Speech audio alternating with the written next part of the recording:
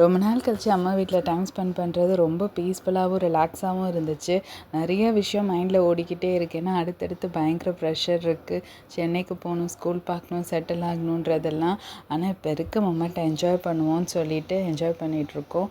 நிறைய விஷயம் இந்த வீட்டில் நான் மிஸ் பண்ணுறேன். இதுக்கு முன்னாடி வரும்போது டேடி இருப்பாங்க. இப்போ இல்லைன்றதை நினச்சி பார்க்க கூட முடியல. அதை நினச்சாலே எங்களுக்குலாம் ஒரு ஹார்டான ஃபீலிங் இருக்கும். அதனால் அவங்க இல்லைன்றதை நாங்கள் எப்பொழுதுமே நினைக்கிறதில்ல. நாங்கள் 4 பேர், அது நாங்கள் என்றைக்குமே நினைக்க மாட்டோம். அப்புறம் அப்படியே மேலேருந்து அக்காவை கொஞ்சம் திங்ஸ் எல்லாம் எடுக்க சொல்லியிருந்தோம். நான் அக்காவும் வந்திருந்தாங்க.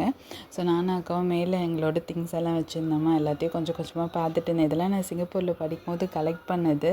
அண்ட் இது எல்லாமே இதெல்லாம் எப்போ யூஸ் பண்ண போகிறேன்னு தெரில. எனக்கு கிளாஸ் ஐட்டம்ஸ் யூஸ் பண்ண ரொம்ப பிடிக்கும். பட் அன்ஃபார்ச்சுனேட்லி நான் ட்ராவல்லே இருக்கிறதுனால எந்த ஐட்டம்ஸும் நான் அதிகமாக எடுத்துகிட்டு போக முடியாது.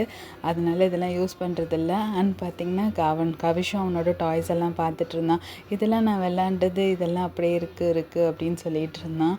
எல்லாத்தையும் எடுத்து பார்த்துட்டு அம்மா கையால் குக் பண்ணதை சாப்பிட்டுட்டு அந்த டேவை கம்ப்ளீட் பண்ணிட்டோம். தேங்க்ஸ் ஃபார் வாட்சிங்.